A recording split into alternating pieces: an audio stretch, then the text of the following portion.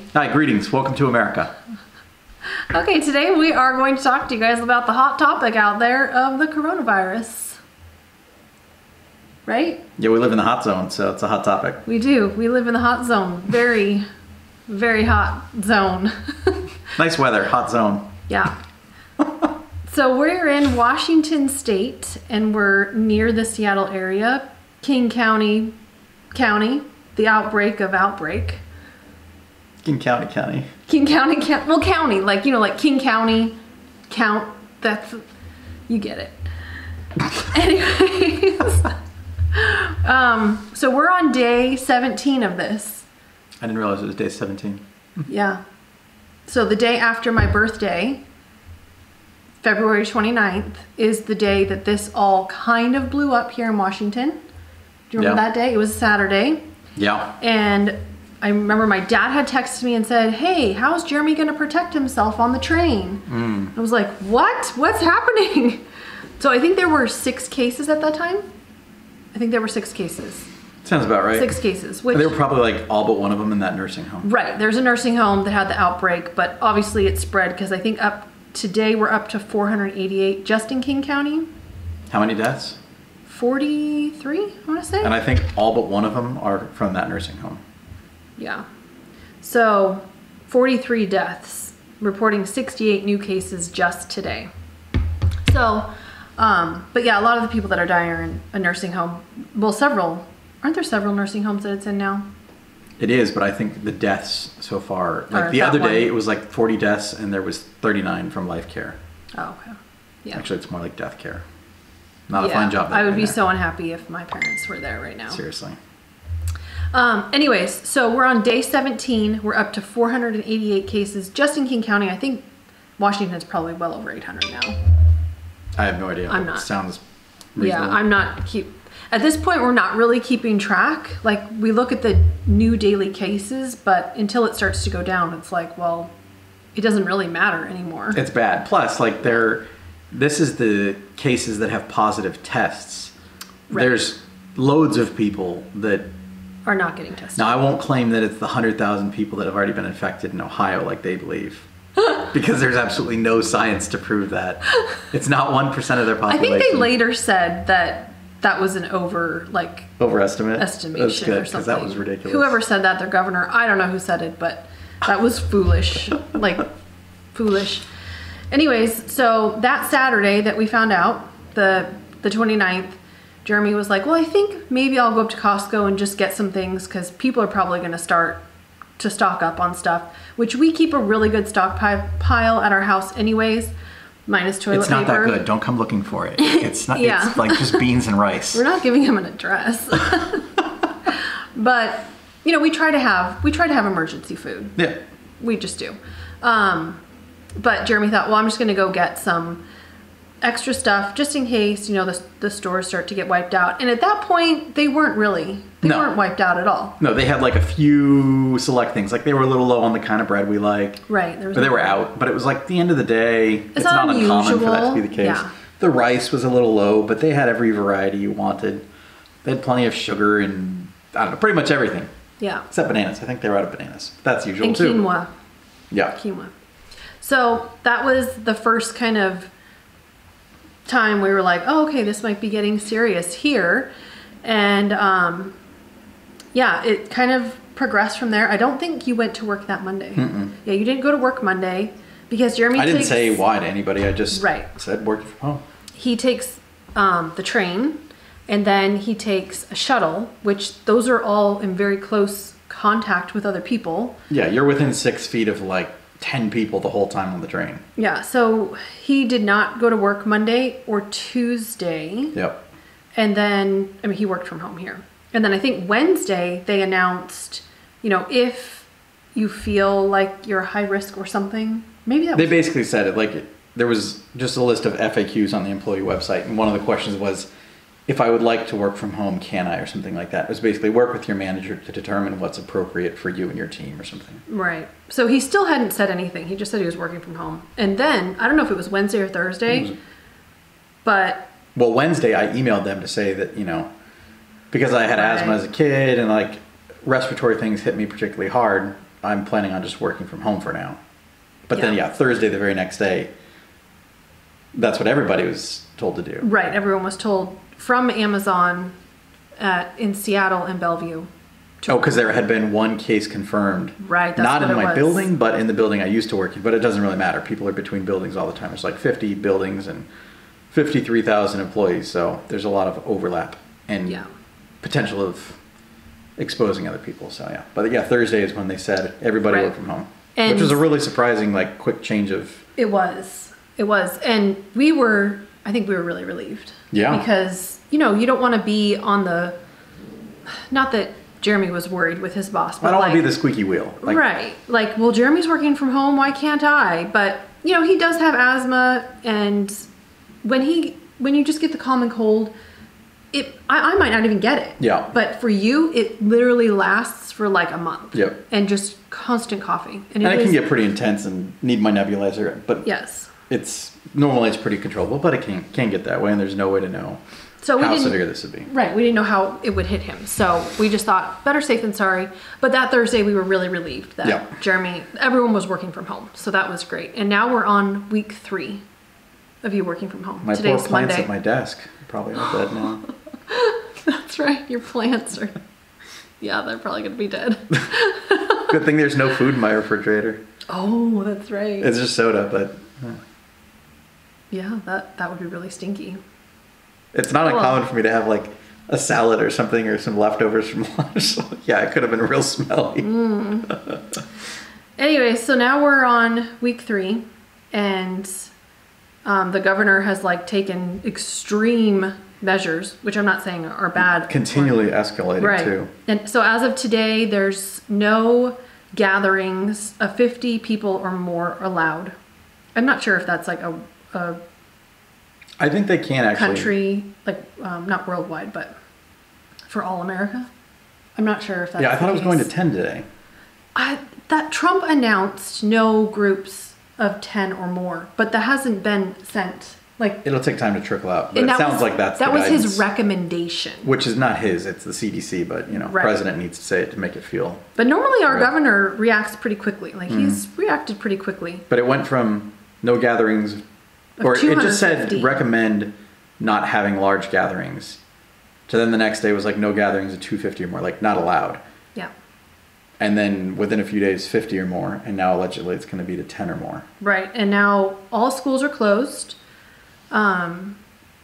All restaurants, bars, gyms, any yoga, like all those things are all... Retail isn't included in that. They're actually encouraging retail to stay open. Yeah, but it said they still had to follow like certain guidelines of sanitizing high-touch areas, and I think maybe it sounded like limiting the amount of people would be in a store, which I can't imagine. What, are they going to make people stand around outside in close quarters? Yeah, only 50 people in allowed at a time, or 10 people in and allowed at a time. That's like Hakumba. Yes.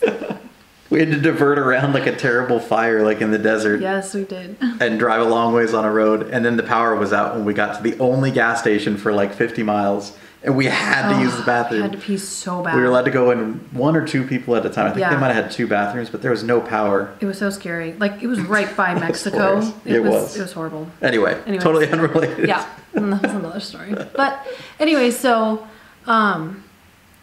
we are social distancing ourselves, right? Yeah. Like, Jeremy's not going to work. We homeschool, so obviously the kids aren't going to school. That's already like 90% less interaction with people. We have been going to church on Sunday morning, just services. We have not been going to Bible class just because obviously we don't want the kids around other kids. Not all parents have the same feelings sanitization-wise as us. Not that we're afraid we're going to die, but, if we can avoid getting it, then why wouldn't we avoid getting it? Yeah. So Jeremy has found some really good articles about social distancing, and maybe we should post those below. But yeah, there's a couple of really good ones that show kind of the effect of like, there's one scenario is like what China did, which was forced quarantine, and how that was fairly ineffective because over time, people who are very close quarters are now slipping out and infecting other people, and then it just spreads more and more, and eventually most people end up with it. Then there's like a scenario of limited social distancing or something like that, and it, brings the curve down a little bit, and then more social distancing and even more social distancing, I think was like the 4 different scenarios or something. But ultimately, the more we can keep this from spreading, the better. Right, that's the goal. Yeah. And I think we agree with that. We totally agree. For us, it's not difficult. Yeah. And it makes sense. Like, we don't have any family here. We don't really have any friends that we would like go and hang out with. Not on a regular basis. Right. We haven't been eating out for 17 days now. Which is weird. We normally would eat out at least twice a week. Yeah. Every Friday we would go out to a restaurant, and Sunday afternoons. Sunday afternoons we would. So that's been challenging. Yeah. That's probably been the hardest thing. And which is, pretty nice to say that that's the hardest thing about that for us. Exactly. Yeah. No big deal. We really can't complain at all. We're on over an acre of our property, and it's a dead end street, we don't have anybody coming around really. It's pretty ideal. Yeah. Really. And the boys and plenty of room to play for the kids. Yeah. So. And the weather is like getting nice now. Yeah. It's not rainy. I'm glad this didn't happen in like November or something. Yeah, that would have been hard. Well, and that would have canceled all of our trip. Right. Our trip back home. Right. So. Yeah.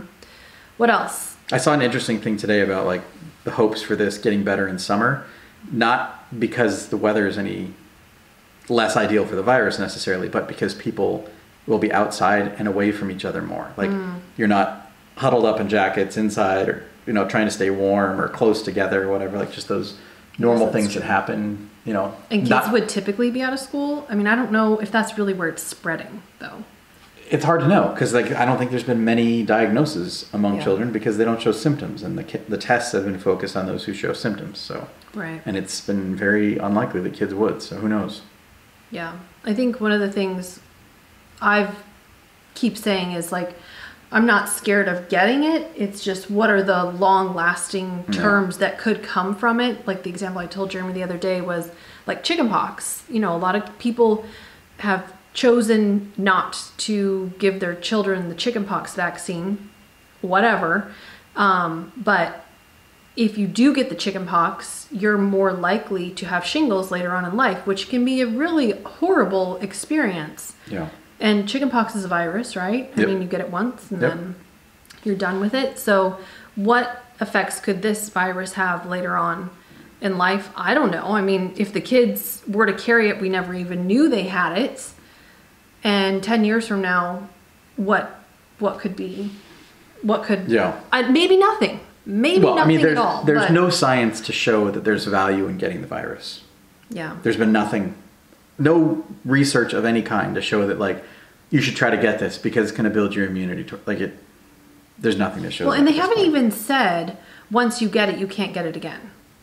That's typically how viruses work, right, but it's possible that... Is the strain going to change? I don't know. Yeah. I don't know how that works. I'm not like... They're not sharing it if they know that yet. Right. But you would think that they would kind of say like, oh, you're immune to it. It's unlikely that this is significantly different than other similar coronavirus or, similar respiratory illnesses like this that, come from animals and ultimately end up in humans. But time will tell.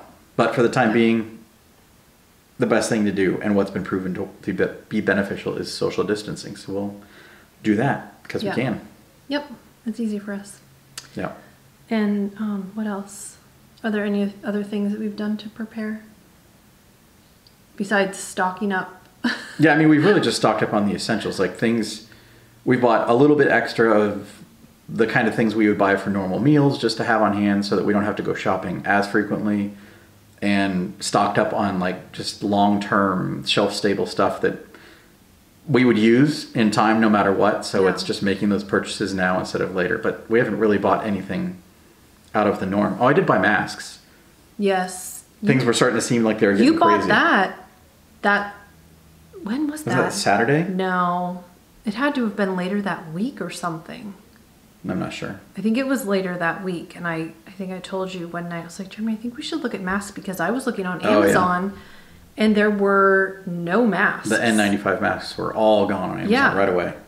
So Jeremy found some at Home Depot. Yeah, it was literally the last ones of this kind, and there was like maybe a couple. There's maybe one other kind, like model on the shelf, and there was 2 of those left maybe. But these are the last 5 in the entire store. Yeah.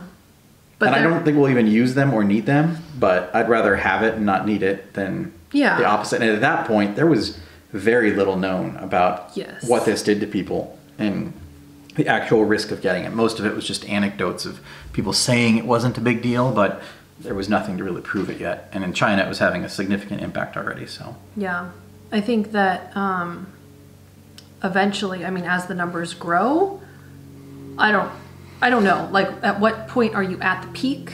Like, do you know you're at I don't know when you know that, but you know, at some point you might wear a mask at the grocery store, depending on how you feel about it. But what their advice is at this point is that you're not even considered in close contact with someone unless you've been within 6 feet of someone for more than 10 minutes who has it. Or if you touch hard surface. Right. That's possible. That did come out just recently of how long the virus can actually live on hard surfaces. Because at first they're like sanitizing all the buses and just spraying everything down. It's like, well, do we even know this is necessary? Right. It's like, well, I don't know. They're closing things down to sanitize everything, but apparently it can live on surfaces. So yeah, I think it was up to like 3 days or something like that on cardboard. No, cardboard was 24 hours. It was hard plastic and stainless steel. It was like maybe 2 to 3 days. I think cardboard was like 24 hours. Was it that long? Yeah, I think so. So anytime an Amazon package comes now, I'm like, leave it on the porch. Kids, don't touch the package. I'm not It's going to. It's an easy precaution to take, so why not? And yesterday, the other day, there was a guy who brought a package, and we have a really long driveway. So I walked down there to get it, and I like held it with one hand, and then I set it on the porch, and I went and sanitized my hands just in case. I don't know. Like, you don't know. You could be carrying it and not even know. Well, what's the downside of doing that? It takes seconds longer. I look a little crazy. And I wiped it down everything when you went to Trader Joe's the other day. I know. That was more than I was willing to do, but works for me. Yeah. But, yeah. So, any other thoughts? That's kind of what's going on here, I guess. I'm just glad that it's been relatively easy for us to adapt our normal routines to kind of avoid this. And I'm really, really relieved that this isn't like one of these terrible, aggressive, like brain-eating, permanently life-altering things that if you get it, it's like bad forever. Like, I can't think of any of the names of them, but there was all these like African viruses related to mosquitoes and whatnot that, you know, could spread super easily and were likely to kill you or drastically like impair you for life. So this is even, you know, for most people, if they get it, inconsequential. But the whole point of all of this is really just to keep from overwhelming the healthcare system, because already hospitals are close to their maximum residence capacity. I don't know. I can't think of the word. Yeah, they're close to their maximum capacity most of the time. Like, even my mom has been in and out of the hospital for some digestive tract related issues in the past year or so, and a couple of times she's needed to go back, and there's no beds that they can put her into, and they end up having to put her to hospital 20 miles from their house because it's what they could find available. So it doesn't take much to overwhelm the healthcare system. And so that's the whole point of all of this, is to try to keep the people who are most vulnerable, people like 60 and upwards, but really it's most detrimental, people who are 80 and older, or people who have pre-existing health conditions. But if everybody can try to pitch in and just limit their interactions, then less will spread and less people will get infected who can't fight it on their own. Yeah. Oh, and no, there's no treatment. There's nothing. Right. That's the other thing too, is like, right. As with most viruses, it's like you can deal with the symptoms, but there's absolutely no vaccine, no anything. And the hope of a vaccine is at least like a year out because of all the And who would get the vaccine? I wouldn't get the vaccine. I don't know. Like, we probably wouldn't unless something came out that like the potential risk of a vaccine was outweighed by the risk of getting it. You know? Yeah. Like, I can't say we wouldn't get it, but at this point, it's like, but there's no indication that we would need to. I think a lot of people, like, say they came out with a vaccine next month, there are a lot of people that would just go and get it without even being tested, not even knowing what that's going to do to you. Yeah. Or what the because haven't there been vaccines in the past where they have been worse than actually just getting the Yeah, I can't remember the specific example. But people died from it. There was some example where like the vaccine was even tested and rolled out for whatever this illness was, I can't remember. And then people like 18 to 24 who had been vaccinated could still contract the virus, and it actually ended up killing large amounts of people in that age range because of something the way that your immune system behaves at that age. So where they basically didn't build up enough defense from the vaccine, and it made it worse. And people go around about their lives assuming they're not at risk.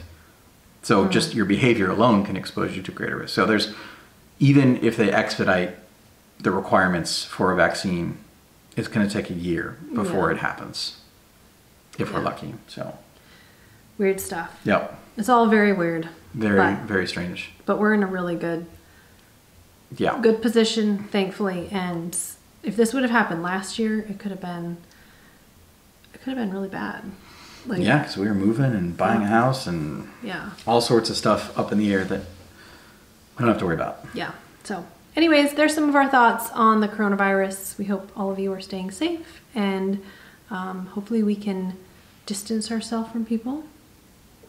Yes. Keep this from spreading. And if you really like this video, you should smash subscribe and like and share it with your whole army. And because she does updates every 5 minutes, and you can have the most up-to-date information on anything in the entire world. And you should also get Imperfect Foods, because we get money every time you do that. What else? Oh, buy some stuff on Amazon. We've got a link down below. And every time you buy something, we get money. And we could become millionaires if this goes viral, and then you buy all your stuff through our link. You want to buy some eggs? We're going to have eggs. We're pre-selling eggs. You can get 6 heritage, organic, non-GMO, no hormones. What other words can we use? Grass-fed. Cage-free, grass-fed, free range. Anyway, you can pre-order 6 eggs for only $39.95 plus $12 shipping and handling. Wow. Okay, I think we're done. Thank you. Just ignore all that. Shop Amazon.